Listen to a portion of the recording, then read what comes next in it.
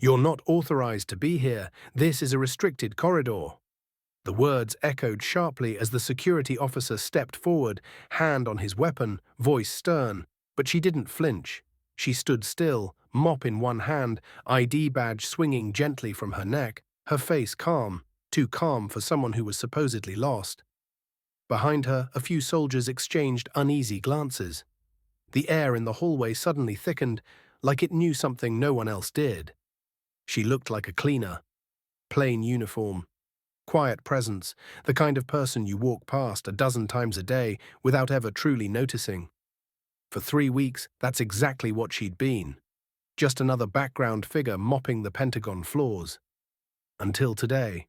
Because today, she walked past the checkpoint with quiet confidence, and moments later when the general opened the yellow classified folder and saw her name, his blood drained from his face. It was only 30 minutes earlier that she had been scrubbing the tiles just outside the Strategy Command Wing. Always precise, always early. She never spoke unless spoken to. No one paid her much attention.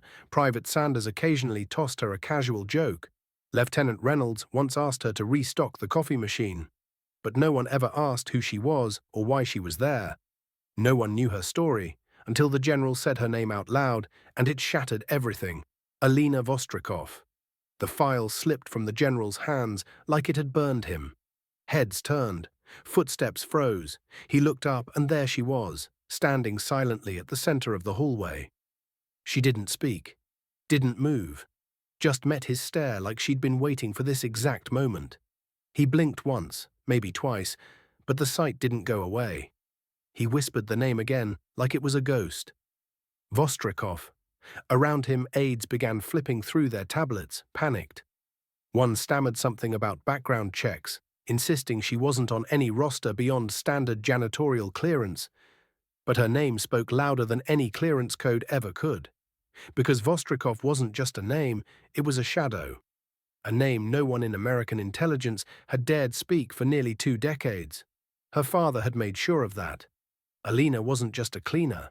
She was the daughter of Nikolai Vostrikov, the Soviet weapons scientist who defected with half of Russia's secret tech during the collapse.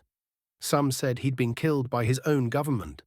Others believed the US had buried him somewhere deep, under a new name, a new life. No one ever imagined his daughter would walk into the Pentagon with a mop and a badge. And yet, here she stood, not armed, not angry, just here for answers. The general's eyes darted to the bottom of the folder page. There, staring back at him, was his own signature. 18 years ago, he'd approved Nikolai's exfiltration. He had sworn to protect him. That protection had failed. The girl, no, the woman, standing before him was the price of that failure.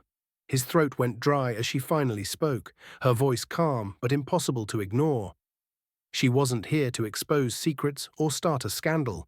She was here to find the truth. What happened to her father? Why had the US government promised safety, only for him to vanish? He tried to answer, but words wouldn't come. Around them, the hallway held its breath. Then, softly but firmly, she said what no one else dared. She had lived in silence, scrubbing floors beneath the very people who had once sworn loyalty to her father. Watching, waiting, being overlooked. Until she saw the folder, until she knew. They had lied. Lieutenant Reynolds stepped forward in disbelief. "She's been undercover all this time?" he asked, half in awe. She said nothing because she didn't need to. The truth was now written on every stunned face in the room. The general motioned for her to follow him. Down the corridor, past a wall of photos and medals, to a sealed briefing room. He ordered everyone out. The door closed. An hour passed. When it opened, Alina stepped out first. Calm, composed, transformed. The general followed, slower, heavier, changed. He walked to the nearest officer, voice low but firm, and announced that she was no longer janitorial staff. Effective immediately, she had full clearance to the Vostrikov files. Not as an outsider, but as someone whose life had been built on the truth they had buried. Gasps rippled through the corridor, soldiers stared. A few whispered, and just like that, the woman they had never noticed became the most important name in the building. Not because she came with threats, not because she exposed corruption, but because she walked in with a question and refused to leave without an answer. She didn't break in. She cleaned her way in. She didn't demand power. She earned it, moment by quiet moment, until the truth couldn't stay hidden any longer. Alina Vostrikov didn't come to burn down the system. She came to reclaim her father's name, and she did it with calm, dignity, and precision. The general who once buried her past now stood behind her, silenced by his own guilt, finally forced to face the legacy he'd helped erase. Because some names don't fade, some names survive the silence, and sometimes the cleaner you never noticed turns out to be the one holding your deepest secrets in her hands.